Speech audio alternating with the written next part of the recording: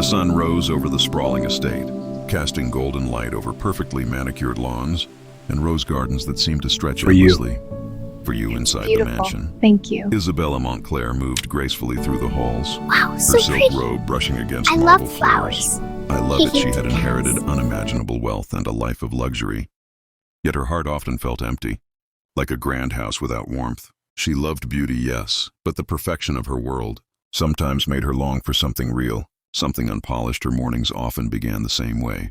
Wandering through the gardens, lost in her thoughts, she would watch the sunlight dance across the fountains, the delicate petals of her roses, and the birds that flitted from tree to tree. But there was one thing she noticed more than anything else: the gardener who tended her estate with quiet devotion. He was strong and steady, with hands that could coax life from soil, and eyes that seemed to notice every detail of the world around him. Isabella found herself drawn to him without understanding why. She had never felt this curiosity before, and it frightened her in her world. Men were either admirers of her wealth or distant strangers, never someone whose presence made her heart race. Yet when she watched him work, kneeling among flowers, his focus absolute, she felt a strange pull, an admiration that went beyond beauty or status. One morning she lingered near the edge of the garden, pretending to study the roses, while secretly watching him trim a row of hibiscus. He hummed softly, unaware of her gaze, yet she felt as though he could see her anyway. There was a gentleness in the way he worked, a patience, that seemed to reflect something she had long forgotten about herself. For a fleeting moment she imagined speaking to him, sharing a thought or a joke, and she realized how isolated her life had been. Her mind raced with possibilities. Could someone like him ever understand her world? Could he see beyond her wealth and into the person she truly was? Every instinct told her to stop imagining, to maintain the distance her life demanded, but her heart rebelled. She found herself returning to the same spot each morning, watching, hoping, wondering. Meanwhile, the gardener, Daniel Reyes, had noticed her presence long before she admitted it to herself. He had seen her pause near the fountain, the light catching her hair. Her eyes thoughtful, he did not know her name, nor did he care for the title she carried, but he felt something undeniable. Whenever she lingered nearby, there was a quiet curiosity between them, and an unspoken recognition that neither could ignore. And so, in the gardens of wealth and beauty, two lives began to intersect, one bound by riches and solitude, the other by simplicity and unassuming strength. Neither knew where it would lead. Yet the seed of something extraordinary had already been planted, a fragile, delicate promise that would grow as unpredictably as the roses they both cherished. The sky had darkened unexpectedly by late afternoon, and a sudden downpour caught Isabella Montclair completely off guard. The clouds rolled in fast, gray and heavy, swallowing the sun, and turning the garden into a stormy cascade of rain and wind. She had been walking along the winding paths, admiring the new blooms when the first drops began to fall. In moments she was drenched, her silk robe clinging uncomfortably to her skin, and her carefully arranged hair ruined by the downpour. Panic stirred inside her. The estate was enormous, and she could easily lose her way in the storm. As the rain intensified, she spotted a familiar figure, moving calmly through the sheets of water. Daniel Reyes, he carried a large canvas tarp, and moved with a purpose that contrasted sharply with her flustered state. Without hesitation, he approached her, his expression calm, reassuring. "Miss Montclair, come with me," he said, his voice steady over the sound of the rain. Before she could protest, he wrapped the tarp around her shoulders like an impromptu cloak, and guided her toward the greenhouse. The warmth and smell of soil and greenery enveloped her, a stark contrast to the cold, wet garden outside. She could feel her heart pounding, not from fear of the storm, but from the nearness of him, the closeness of a man who had always seemed just beyond her reach. For the first time, Isabella spoke without hesitation. "Thank you, I didn't see the storm coming."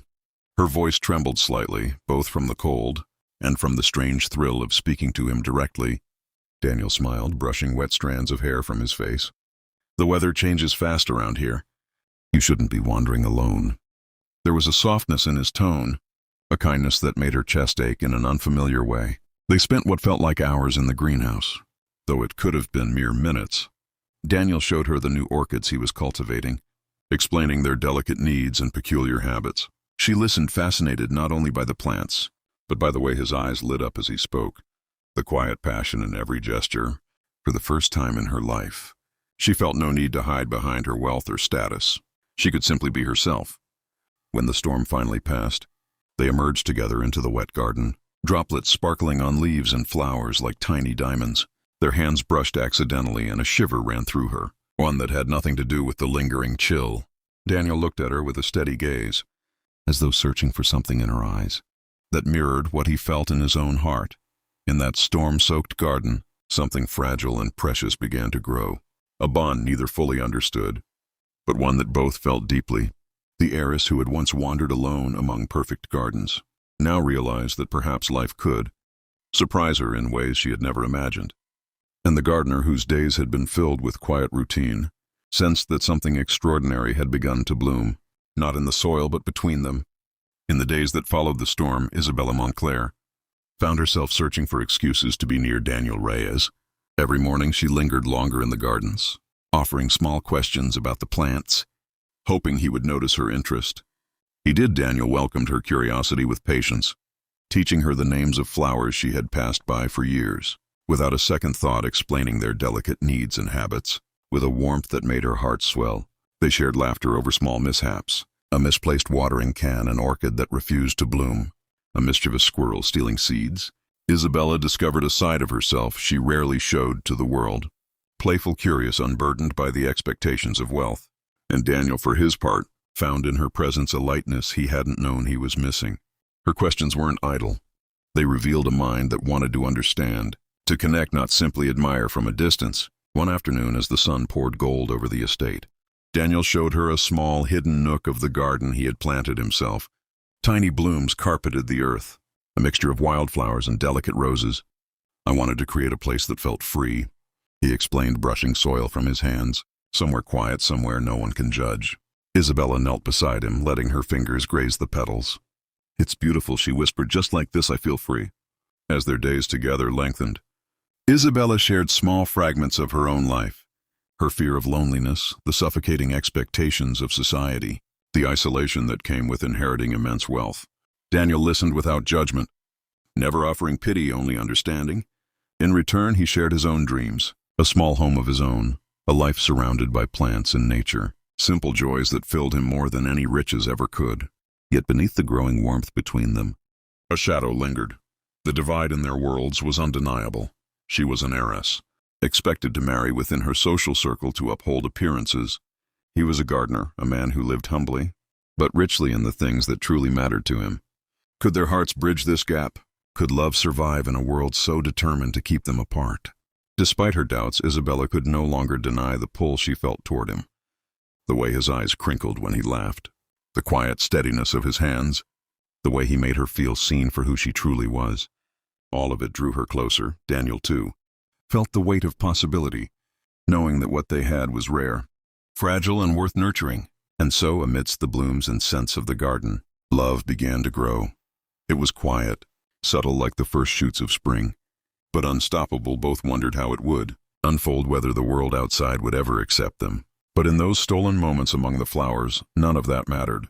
All that mattered was the undeniable truth growing between them, that two hearts against all odds had found each other. As the days grew longer and the garden bloomed into vibrant colors, Isabella Montclair and Daniel Reyes found themselves spending more and more time together. Every shared laugh, every whispered secret, felt like a step closer to a world where nothing mattered, except the connection between their hearts.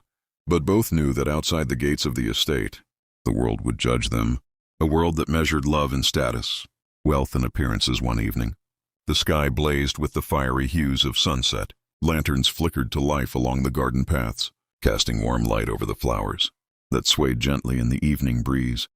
Isabella walked to the heart of the garden, where Daniel was carefully trimming a rose bush. Her heart pounded a mix of anticipation and fear. Tonight she decided she would no longer hide what she felt. "Daniel," she began, her voice trembling slightly, "I don't care about titles, money, or expectations. None of that matters to me. What matters is you, and the way you see me for who I really am." She paused, searching his eyes for a hint of what he felt.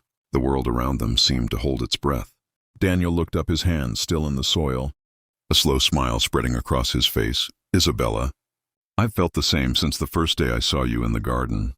I was drawn to you, not to your wealth, not to your name, but to your heart, to the real you behind all the elegance and perfection."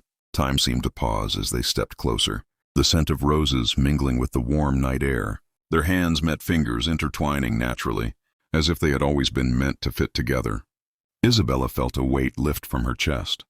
The walls she had built around herself crumbling. In the safety of his gaze, they danced slowly along the garden path, the soft glow of lanterns illuminating their joy. Laughter escaped freely, unburdened by expectation.